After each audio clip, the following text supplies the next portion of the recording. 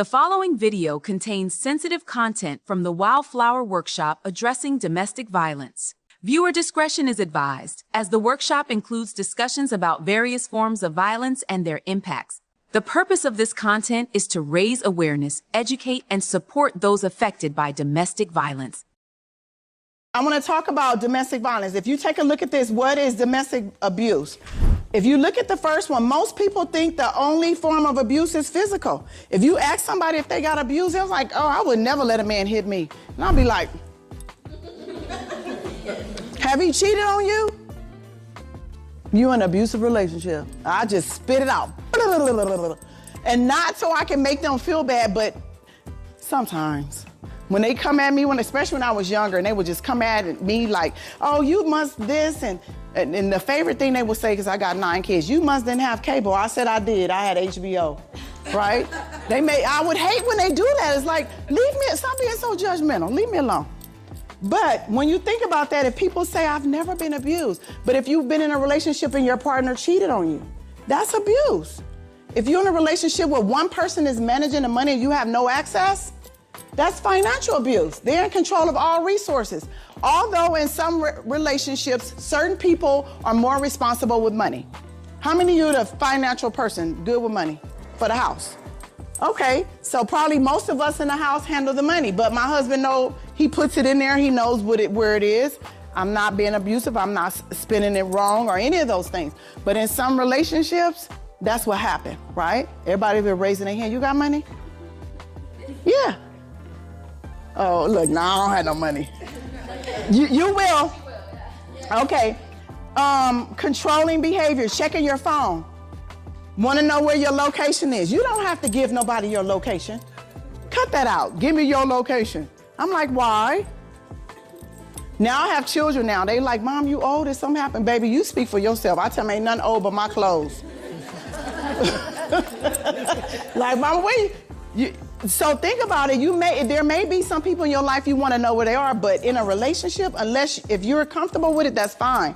But if you're not comfortable, you don't have to give nobody your location or your passcode to your Facebook. Now, I suggest you're not doing inappropriate things on Facebook, but make sure you understand that you don't have to give those things. That's all controlling behaviors. I'm telling you what you can wear. My legs are really long, if y'all can tell. I remember being young when I first got with my kid's father, he was like, oh, I like those shorts. And then when I got with him, he was like, you can't wear those shorts. I was like, you found me wearing these shorts. What's the difference? And they wasn't Daisy Dukes, so all of y'all scratch it off your foreheads. No, they weren't. I can't wear that kind of stuff. But he still would complain, your legs are too long, your shorts are too short. Goodness gracious, he dictated and controlled everywhere I went, what I did. And it's probably hard for you all to believe, but there was a time where I wouldn't even look people in their eyes. I would just hold my head down and just walk, because if I look at you and you look at me in my eyes, that means we dated and you know me. I'm like, this is crazy. You know, I don't know who this is. Yeah, where was he at last night? I don't know. I was missing for like 10 minutes. He couldn't find me. Some man, strange man at the gas station was at my house. That type of abuse. Anybody here experienced that? Yes. Okay, I'm not alone. I'm in the right place again. Y'all keep telling me I'm in the right place. So, being scared to speak up or to leave. Sometimes the threats of intimidation makes you not want to move forward. You're afraid. Well, I want to say you can be afraid, knees knocking, teeth chattering, but get out. Get out. You heard this baby say she left with a couple clothes. I left with 2 pillowcases, 6 kids, and pregnant. That's how I ended up in Antelope Valley, right? That's how I got out here. 2 pillowcases. Boy, I don't even have 2 pillowcases in my office. It's so much stuff, right? But you think, that's my stuff. That stuff is not worth your life. It's not worth it. It can. But you don't feel that way. You like, that's my, look, I'm still my stuff, but a different kind of my stuff. So the purpose was, in that moment, that feeling of urgency.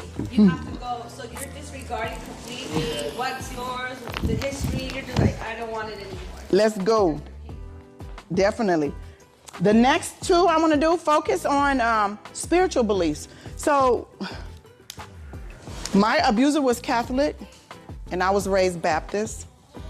And that wasn't a concern for us in our relationship. But I had a hard time understanding he wouldn't step on a roach, he wouldn't kill a mouse, but he would punch me in my mouth at the drop of the dime. I don't understand. And then he'd do this. So he like totally confused me with everything. Like, it's a roach over there, could you step on him? No, he might be trying to go home to his kids. But as soon as somebody at the gas station looking at me funny, that's my partner and you wanna fight. So it was confusing. But be that as it may, we all have our own spiritual beliefs, and don't allow anyone to take that away from you. That is who you are, those are your values, those are your cores. If you're in a relationship with a person that don't respect or trust or appreciate your spiritual beliefs, you might want to get out, because they tell me my God is jealous. You better watch out. Last but not least, sexual abuse, forcing you to do some things that you really don't want to do, you don't feel comfortable to do. There's a lot of clues for healthiness in a relationship. This asks you a question, and why did you stay? So the reason that I stayed was because I saw my mom stay. Okay. And why I broke that cycle. Good It job. took me to break it for her to see herself more. You know, when she said it's not always physical, it was controlling. I've been married 38 years, and my husband controlled all the money. You know, it's like, hey, I need money. He's like, you don't need money. I had no control of that, didn't even know how much we had. But everyone's like, you're good, you're living good. But like you said, it's something that you have to continue to do, to where you're proud to like tuck away some money, to where to now it's Papa like, don't know money. yeah, he's like, you don't ask for money in years now. How do you make it? And I make it well. I learned, and it's so good to be able to turn your life around. And it's also about establishing boundaries. I was a yeah. And I mean, in the world, I'm not yeah, but at home, I was yeah. And being able to be strong and turn those things around and establishing those boundaries, it feels so good, because it was like you live another 2 lives, outside and inside of the house. Look, I threw up my 2 lives out. You don't know what that means. I'm sorry.